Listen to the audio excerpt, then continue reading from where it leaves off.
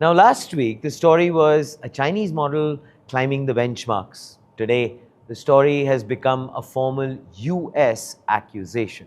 Theft, sanctions, export control violations, all aimed at one company over one model. Well, before we get into the details of this, I would please request you to like, share, subscribe. Truly motivates us all at Front Page. Thank you so much. Very kind as far as your support goes.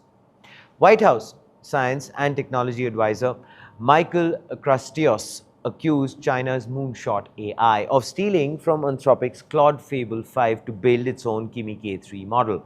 Now, Kratsios, that's a tongue twister, in a post on X, and I quote, "We have information that Moonshot AI distilled Anthropic's Fable for the development of its K3 model, large-scale covert industrial distillation aimed at stealing proprietary United States technology and undermining American research is, well, unacceptable," end quote.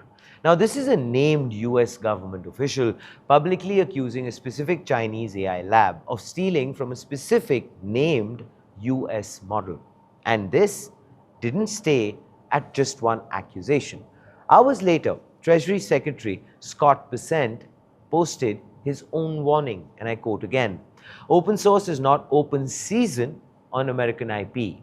When Chinese firms conduct covert industrial scale distillation attacks that cross the line into IP theft, sanctions and entity list designations will be on the table," end quote.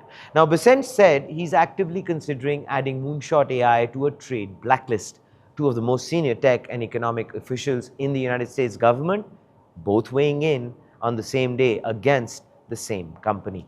And the allegations didn't honestly stop at distillation. Kratsios also said Moonshot AI had acquired servers equipped with Nvidia's GB300 chips and accessed them in Thailand, likely to train its AI models, end quote. Now, GB300 servers are part of Nvidia's Blackwell generations, chips which are banned from sale to Chinese companies under US export controls. Now, if accurate, that raises a second separate legal question beyond intellectual property straight into export control violations.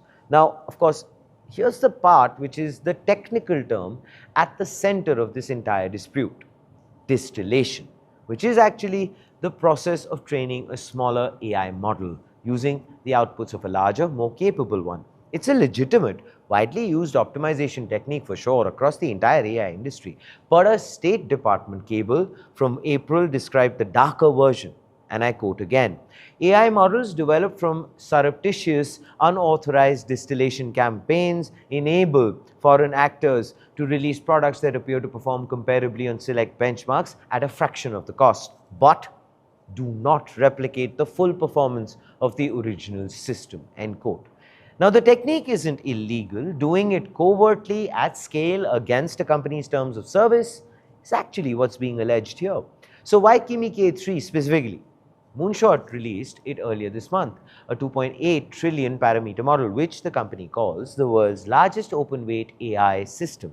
Now, TechCrunch reported K3 outperforms every major model except Anthropic's Fable 5 and OpenAI's GPT 5.6. And crucially, it's open-weight, meaning anyone can download and run its underlying parameters freely.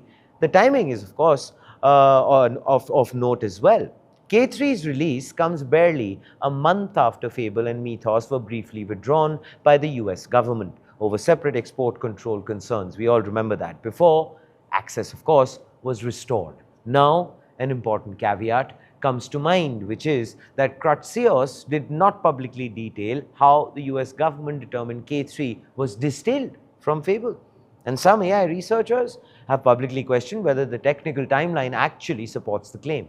Now, Anthropic's own public policy executive, Sarah Heck, weighed in separately on X, saying Chinese theft of US models. And here is what the quote was: "Creates serious national security risks for the United States," end quote. Now, that's Anthropic characterizing the broader threat without independently confirming the specific technical evidence behind this particular accusation. Now, this is, by the way, so far an allegation stated with confidence, but not yet accompanied by public proof. And this isn't the first time this exact accusation has surfaced. Reuters reported in February that OpenAI had separately warned US lawmakers that China's DeepSeek was targeting American AI companies to replicate their models. Distillation disputes are becoming recurring flashpoints for sure between the United States and China's fastest moving AI labs. And we've been kind of seeing this. And also recently, if you remember, there was this entire concern as far as the open source ban was concerned, because China seems to be going ahead and talking about that entire discussion, which might just put a lot of the developer ecosystem between a rock and a hard place. What if Mythos and Fable, like we have seen in the past, we've had a ban happen and they fell back on open source? What if China bans at the same time? Interesting. Not that interesting. Well, maybe this could be a typical made in China story, or maybe not. But then we have the front page take.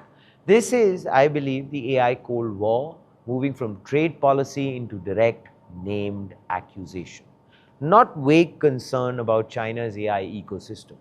One official company, one name model, and a very specific allegation of theft. But the question I have for all of you is this: will the US government release concrete evidence to support this distillation claim, or will sanctions move forward on an accusation researchers are already calling technically unprovable? Please do let us know. What are your thoughts in the comments below? This, ladies and gentlemen, is Front Page by the IM Network.